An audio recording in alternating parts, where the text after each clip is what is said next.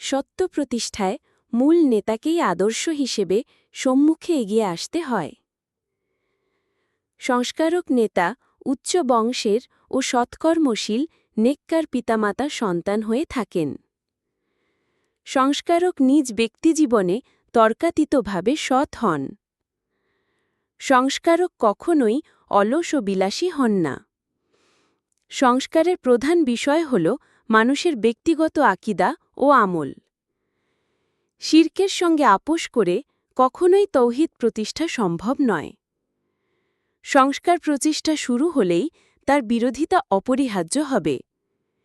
ইসলামী সংস্কারের বিরুদ্ধে প্রধান বিরোধী হবে স্বার্থান্ধ ধর্মনেতা ও সমাজনেতারা।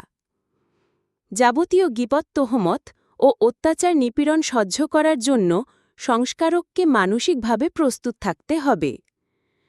সংস্কারককে পুরোপুরি মানবহিতৈষী হতে হবে।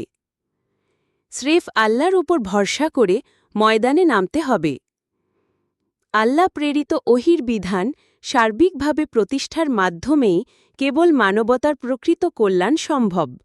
দৃঢ়ভাবে এ বিশ্বাস পোষণ করতে হবে। নেতাকে অবশ্যই নৈশ ইবাদতে অভ্যস্ত হতে হবে এবং ফরজ ও সুন্নাতসমূহ পালনে আন্তরিক হতে হবে। নেতাকে যাবতীয় দুনিয়াবী লোভ লালসার ঊর্ধ্বে থাকতে হবে। সকল কাজে সর্বদা কেবল আল্লাহর সন্তুষ্টি কামনা করতে হবে ও তার কাছেই বিনিময় চাইতে হবে।